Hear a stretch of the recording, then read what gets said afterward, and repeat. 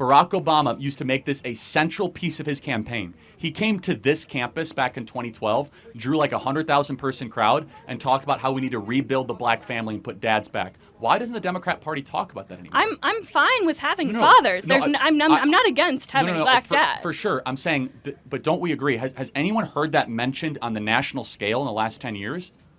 Yeah, I mean, we've heard about probably not. Yeah, and because there's bigger issues. No, there isn't.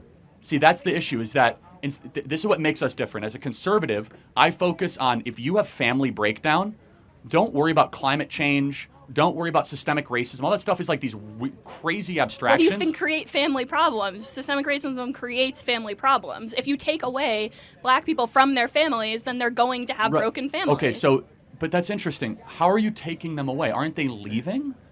They're not staying with the women they're impregnating. So, for example, there 13% of the population is black. Not every single person ends up in jail, obviously. And yet there's huge child abandonment because there's a cultural expectation that is different in black America than in white America, which is it's okay to impregnate a woman and abandon her in black America. It's not based on what? What is that based on? That's a good question. Where does it come from? It's just based on... No, I'm saying, what is that, like, your view of black America? Well, it's not a view. It's true. I mean, don't take my word for it. Look at Thomas Sowell and Shelby Steele that have done amazing analysis on this. It's that in black culture, that is not considered to be a stigma.